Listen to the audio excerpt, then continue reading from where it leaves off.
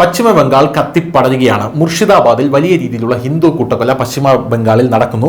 ഇപ്പോഴിതാ ഈ കലാപം കത്തിപ്പടരുകയാണ്. മുർഷിദാബാദിന് പിന്നാലെ ബംഗാളിലെ സൗത്ത് 24 പർഗാനാസിലും വഖഫ് ഭേദഗതി നിയമത്തിനെതിരെ വലിയ രീതിയിലുള്ള പ്രതിഷേധം പൊട്ടിപ്പുറപ്പെട്ടു എന്നാണ് അറിയാൻ സാധിക്കുന്നത്. മമതാ ബാനർജി ഇത് കൈയും കെട്ടി നോക്കി നിൽക്കുകയാണ്.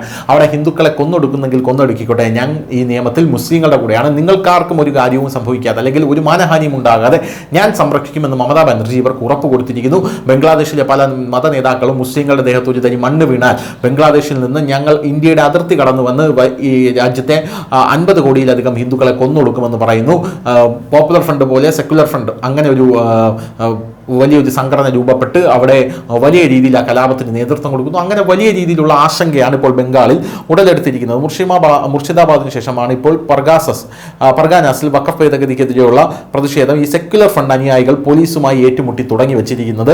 അക്രമാസക്തമായ സംഘർഷങ്ങളാണ് അവിടെ ഉണ്ടാകുന്നത് എന്ന റിപ്പോർട്ട് പുറത്തു വരുന്നു. തിങ്കളാഴ്ചയാണ് ഈ പർഗാനാസിലെ ഭങ്കറിൽ പൊട്ടിപ്പുറപ്പെട്ട സംഘർഷത്തിൽ നിരവധി പേർക്ക് പരിക്കേൽക്കുകയും നിരവധി പോലീസ് വാഹനങ്ങൾ കത്തിക്കുകയും ചെയ്തത്. എന്നാൽ ഇപ്പോൾ വരുന്ന ലേറ്റസ്റ്റ് റിപ്പോർട്ടുകൾ പ്രകാരം കേന്ദ്ര ആഭ്യന്തര വകുപ്പ് ഇതിൽ വലിയ രീതിയിലുള്ള ഒരു നടപടിക്ക് ഒരുങ്ങുന്നു എന്നാണ് നമുക്കറിയാൻ സാധിക്കുന്നത്. കേന്ദ്ര ആഭ്യന്തര വകുപ്പിന് ഇപ്പോൾ റിപ്പോർട്ട് സമർപ്പിക്കപ്പെട്ടിരിക്കുന്നു.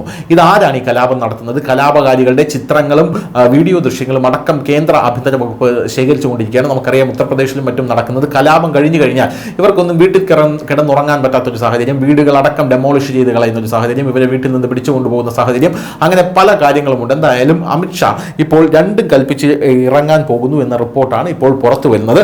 മുർഷിദാബാദ് ആക്രമണത്തിൽ ബംഗ്ലാദേശി ആക്രമികളുടെ പങ്കാളിത്തം സൂചിപ്പിക്കുന്ന പ്രാഥമിക അന്വേഷണത്തെക്കുറിച്ചുള്ള ആഭ്യന്തര മന്ത്രാലയത്തിന്റെ റിപ്പോർട്ട് ഇപ്പോൾ സമർപ്പിക്കപ്പെട്ടിരിക്കുന്നു എന്നാണ് നമുക്കറിയാൻ സാധിക്കുന്നത്.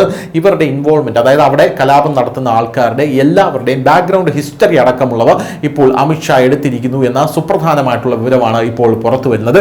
കലാപത്തെ എത്രയും പെട്ടെന്ന് അടിച്ചമർത്താൻ ഗവർണറോട് കൃത്യമായിട്ടുള്ള നിർദ്ദേശം കൊടുത്തിട്ടുണ്ടെന്നും നമുക്ക് മനസ്സിലാകുന്നു. മുർഷിദാബാദ് അതുകൊണ്ട് തന്നെ ഇപ്പോൾ ഗവർണറുടെ കൺട്രോളിലാണ്. ആ സാഹചര്യത്തിലാണ് ഇവർ മറ്റ് സ്ഥലങ്ങളിലേക്ക് കലാപം വ്യാപിക്കാനുള്ള ശ്രമം നടത്തുന്നതും. News desk, news India Malayalam.